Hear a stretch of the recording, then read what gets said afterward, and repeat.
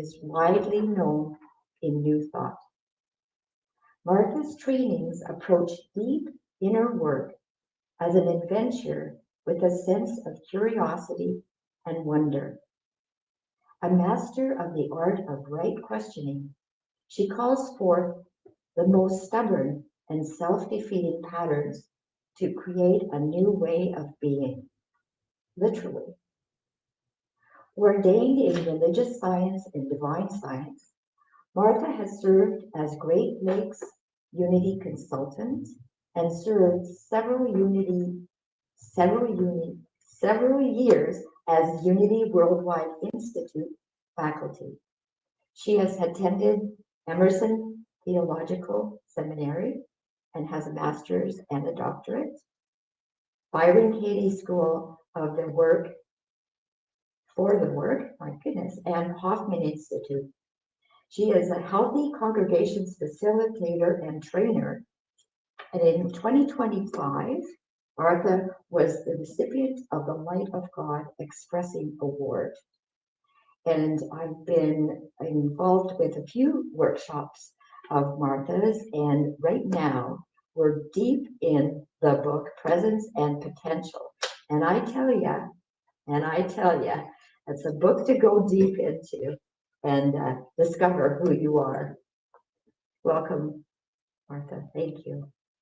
Oh, thank you too, honey. I'm looking forward to joining one of those classes for the presence and potential, and hearing your words about how deeply it's taken you, and some of the others were nodding and giving thumbs up. So apparently them, and that's what the intent of the book is, to get to live my vision, which is to serve those who serve, which is why I'm here today, and to get empowered teachings to the whole of the world.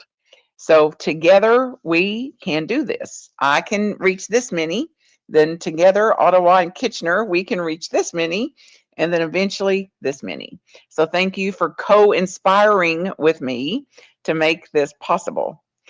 And as we launch into today, even the title, I think, deserves some pause. Is God in all things? Really?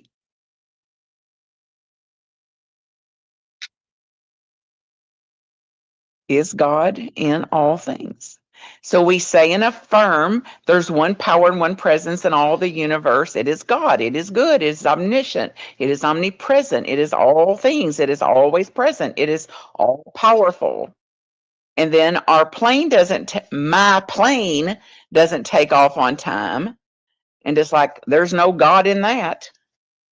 With my busy schedule, my plane, my car got hit in the parking lot, my purse got stolen. So the minute we insert a my into anything, hi ho, off to hell we go.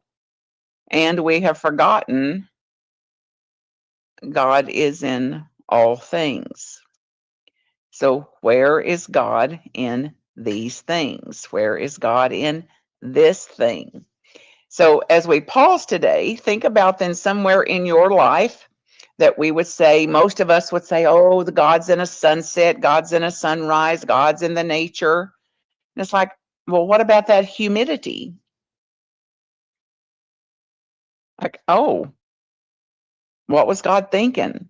I mean, God needs to reevaluate. That humidity makes my hair frizzy. It makes me so uncomfortable. It's like God is in all people. We're divine children. We're offspring of God. It's like, well, what about that knucklehead? What about that attitude? What about that philosophy? Not that guy. Not her either, by the way. And then God is in all of life. It's like, what about the diagnosis? So our spiritual maturity whispers to us this morning. It may be more than a whisper. If God is not in this, then God is not at all. If God is not in this too, this too, then God is not. So now the question of the day then, how in the world are we going to live this out?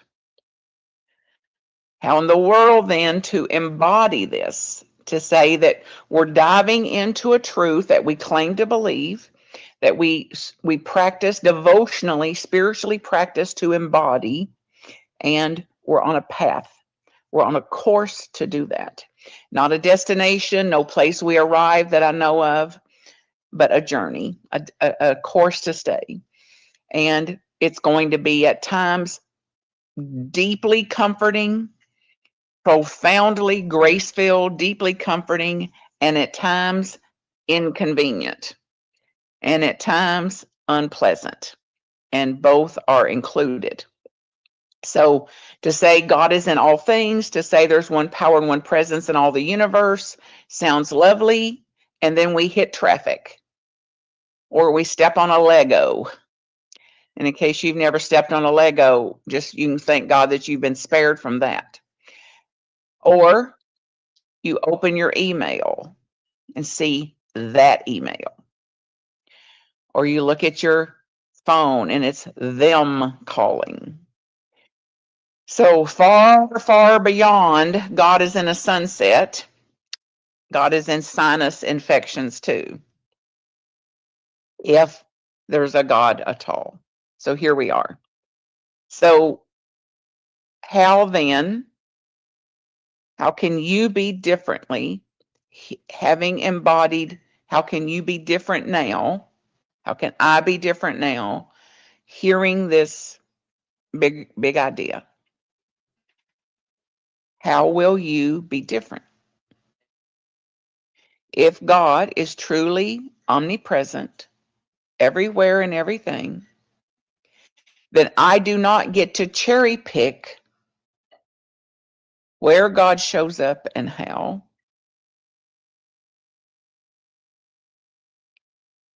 How then shall I live?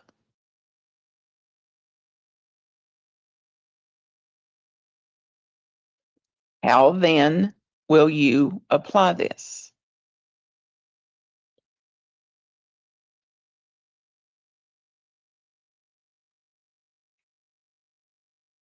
So we like and prefer God in peace, love, light, surrender, abundance.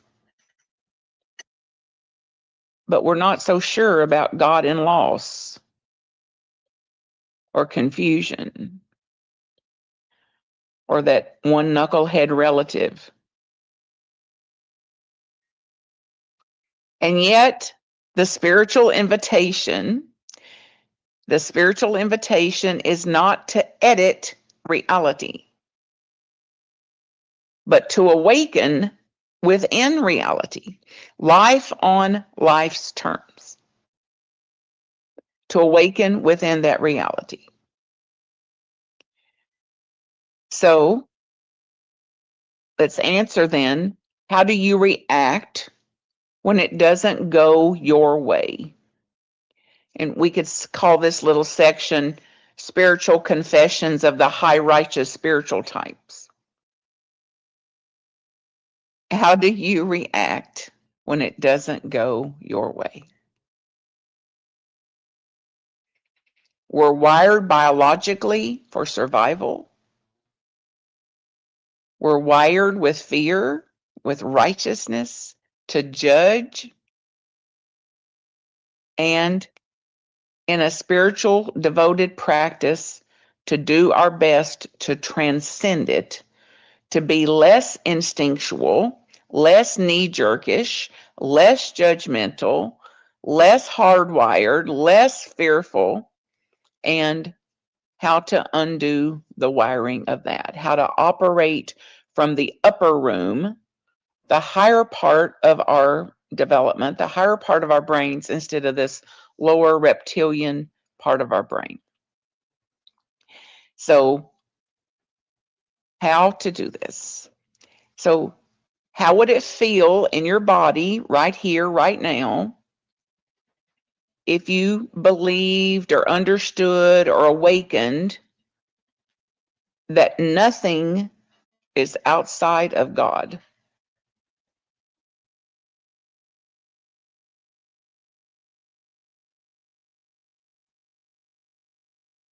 That nothing, no thing is outside of presence. Nothing is excluded. So we teach and pray and preach inclusivity.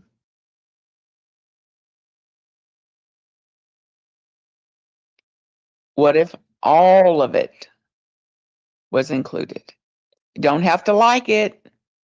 Don't have to love it. Don't have to agree with it. Don't have to vote for it. And it's here.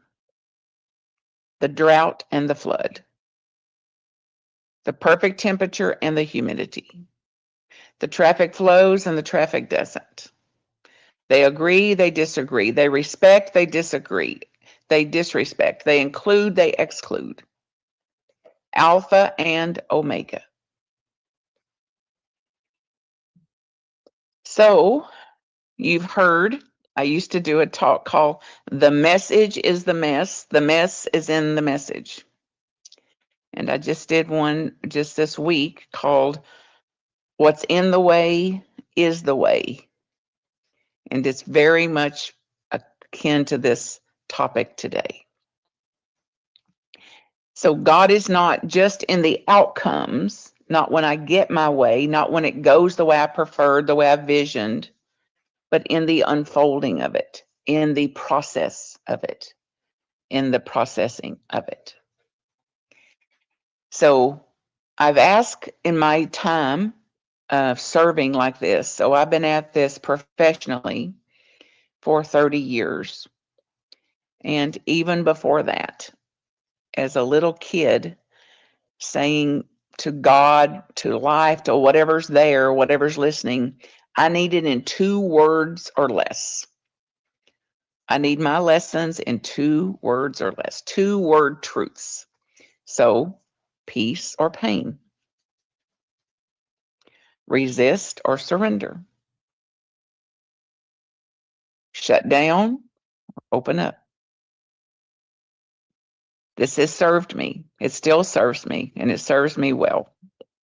So I want to read a few of these today and see if you can get a sense of them in your body, what it would be like to not try to make yourself like it, not to try to make yourself believe it, simply to open to it, to see what might be rewired in us this morning, literally rewired, a new neural pathway developed in us. Chaos. Notice your reaction to chaos. And clarity. And what if they were both okay? At times there'll be chaos. It's okay. At times there'll be clarity. Great.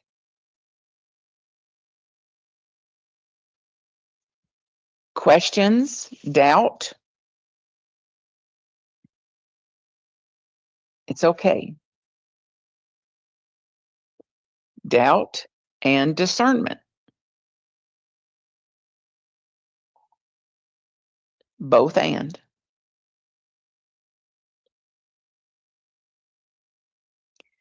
Doubt and devotion.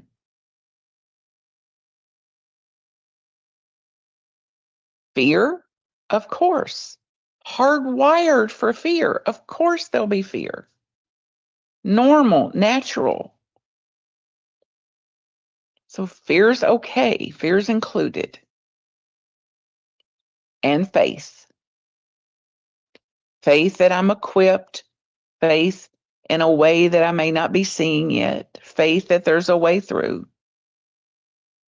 Faith I can do this. Faith together it can be done. Fear and faith. Burdens. Burdens. The burdens of life. The burdens of emotions. The burdens of familial relationships. Burdens. and blessings. The blessings of the relationship, the blessings of the emotions, the blessings of the psychological solid foundation I also have. So the burdens, of course, and the blessings too. I'm working deeply with a process called IFS, Internal Family Systems. You can check it out by just Googling that, IFS. And it speaks about the legacy burdens that we carry, things that were handed down in our family, that we were unconscious in the fact that they're in our bones and blood primarily. So we're still patterned after these things we adapted to and through. And I've gotten over focused in the burdens, the legacy burdens. And just this week in my own work, I got back in touch to the legacy blessings as well. So, yes, I was handed down stuff I don't love. I've handed down patterning and ideas and philosophies and things that I don't agree with. I've also been handed down things I'm delighted about, like grit and resilience and living close to the land and resourcefulness and community and things like that. So, both and. So, let's pause and take a breath.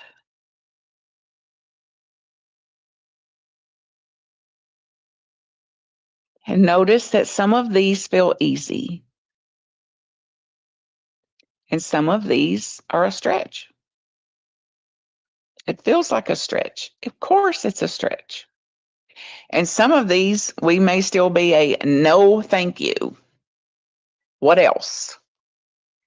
And that's okay too. And that resistance will cause this to persist. You've heard it and heard it and heard it. What we resist, persist. What I resist, persist. So resistance is a guarded traumatic response from a protective part of us that doesn't want us to have to feel some of those things again that we had to bear and had to feel. Of course, it's doing its job. And if we let resistance lead, then persistent resistance makes the persistent recurrence of these things. And that exactly is where the spiritual work begins again, where all of it begins again. So there is an intelligence, there is care, there is a functioning in life, there is life itself. And if God is life, then even there in the boogers and the mucus and the hurt feelings, even there, God is there. God is present. So one of the things I practice, which could be helpful to some of you, you're welcome to give it a go to see, to test it out. When I notice that reaction, this resistance, this pushing away or pushing back, that I pause and say, oh, this too. Oh, yes, this too. So she didn't return the phone call. Oh, this too. The traffic was stuck. It interrupted my important schedule. Oh, this too. The way I planned carefully something did not unfold to the perfect planning. Oh, this too. This too. So I hope after today, instead of saying this should not be happening, that we drop the should, and you've heard it many times, to stop shoulding on yourself and to say, instead of this should not be happening is this is happening. This is occurring. This is actually happening. Now, how can I be with it? How can I be with what is? How can I be with the way it's going? In that lies all the power in the universe. In that one choice, how can I be with what's happening here? Not this should be happening or this should not be happening. Number 2, this is just wrong. I heard someone say this week in a session with me, Martha, it was wrong on all counts. I relate. And how am I going to be with it? And I'm not going to be with it the same way if I'm seeing it as wrong. So I'm disempowered. I absolutely lack creativity, resourcefulness, collaboration if the minute I say it's wrong and resist and push it back. Even to say it's not spiritual. We think we know what's spiritual and what's not spiritual. To include it all.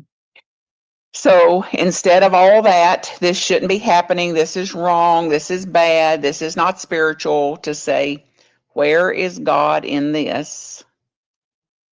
Where is God in this? And how am I going to be an expression of God toward this, relating to this? Not to bypass things, not to make, not to put perfume on poop. That's not what I mean here. So no spiritually bypassing here. The emotions are included too. So not to deny, but to discover. Instead of denying, discover. I'm going to find this. And one of the early New Thought teachers was quoted, and I don't remember if it was Emma Curtis Hopkins, one of the teachers, the early teachers in here, that was known for saying over and over, I demand to see the blessing in this. I demand to see the blessing in this. And even without a demand, because it'll be hard for Canadians to demand anything, I'd say. You're far too polite and civilized. But to say, I'm willing to see a blessing in this. I'm willing to find a blessing in this. And it's going to rewire all about how I am with this. So a quote I pulled today was from a woman that said, I believe God is in everything as soon as my life gets easier. I'll believe God is in everything as soon as my life gets easier. And life said, I'll get easier when you see God in everything. So who goes first? So we often wait for peace, and the waiting for peace or the chasing peace is a thief of peace. The irony of it, the paradox of it. So how are we going to live it? Not perfectly, I'd say. However, consistently holds the power, I believe. And Reverend Cheryl spoke about it as she started the opening today of this gathering. Consistency, and the power of that consistency. Not perfectly, intentionally, and consistently. So when something difficult arises, and it will, pause and ask, what is actually happening here? How am I feeling toward this? This is Byron Katie's work. How did I react to this? It's okay. Without the judgment of that, even to include the emotions. And where is God in this? Curiosity led, discovery instead of drama led. And the answers are in the lesson, in the growth, the unfolding, in the letting be, and in a strength we did not know we had because we were not exercising that power and that strength because resistance was sucking the very strength and power out of us. And when all else fails, God is here because I am here. See if you can say that. God is here because I am here. Again, God is here because I am here. I am here because God is here. God is here.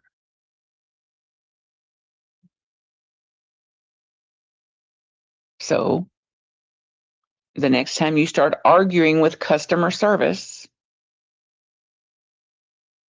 you may just stop yourself and go, God is here. This too. Yes to this too. And the next time you're looking for your glasses and you're wearing them, anybody relate?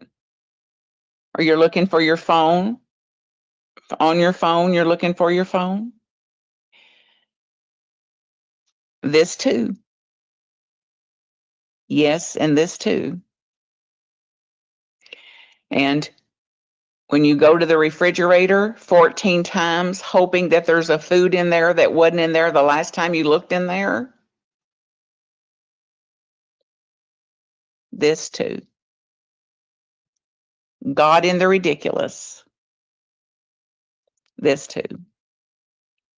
So as we stop dividing life into sacred and secular, good and bad, right and wrong, spiritual and unspiritual, when we stop that or stop that as much, then we're going to live into wholeness, the wholeness that we already are, the wholeness that we don't have to earn.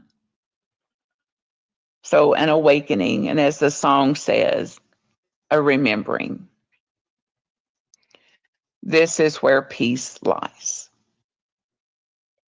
And the teaching is not that everything is pleasant. The teaching is everything is included. God is not fragile.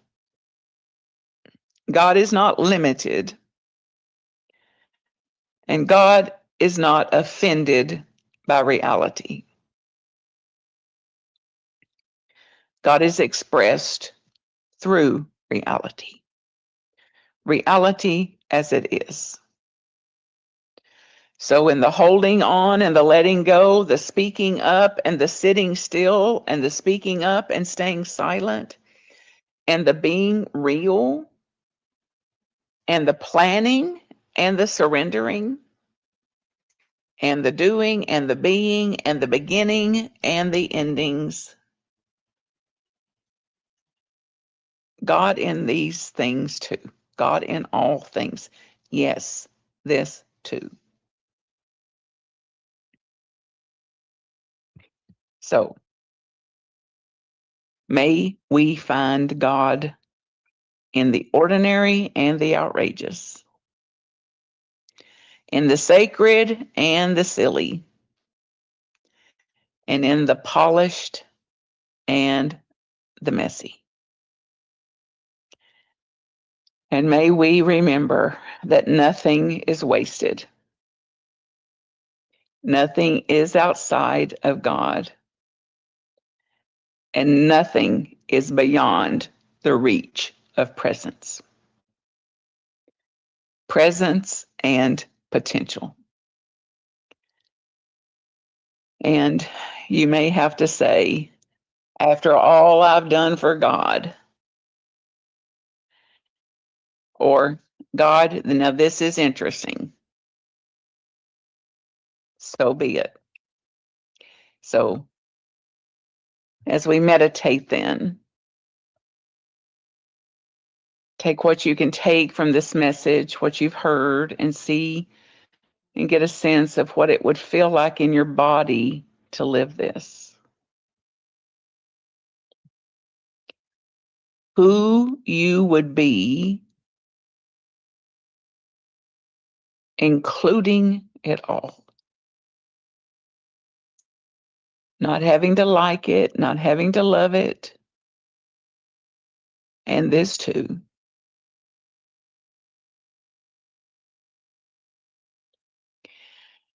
And from Psalms, there's a scripture I pulled for this meditation, and it says, "Where shall I go from thy spirit?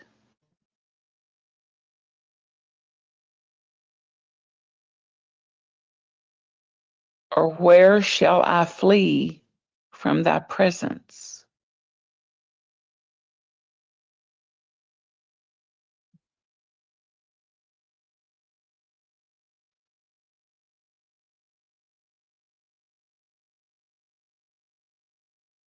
Who would you be if you didn't have to flee?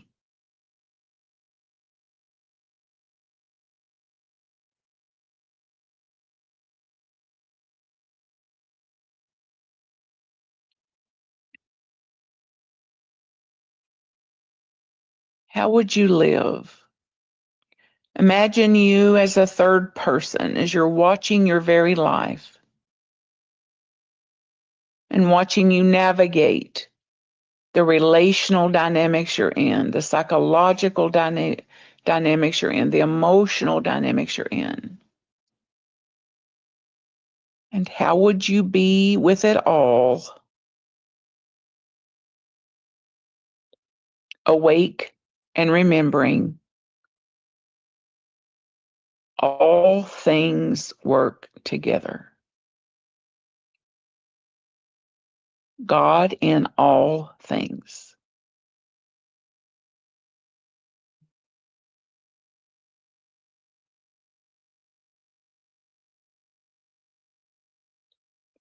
Yes, this too.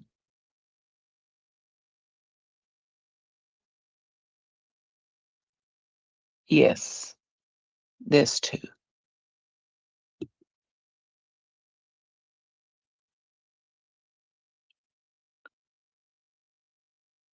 I invite you in a time of silence to enter the silence, maybe with those words. Yes, this too.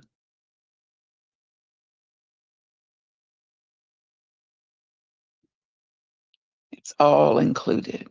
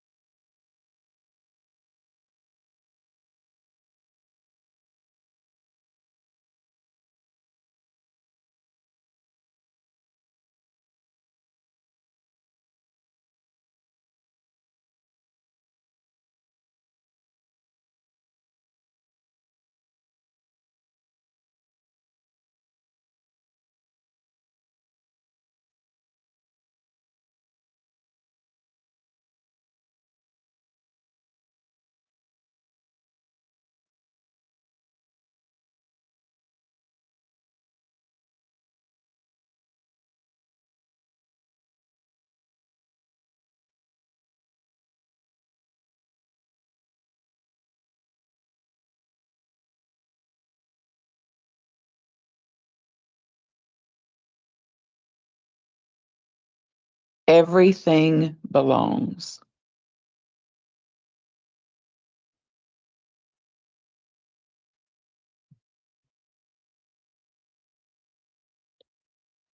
We give thanks for this awakening, for this alignment, for this atonement, for this remembering.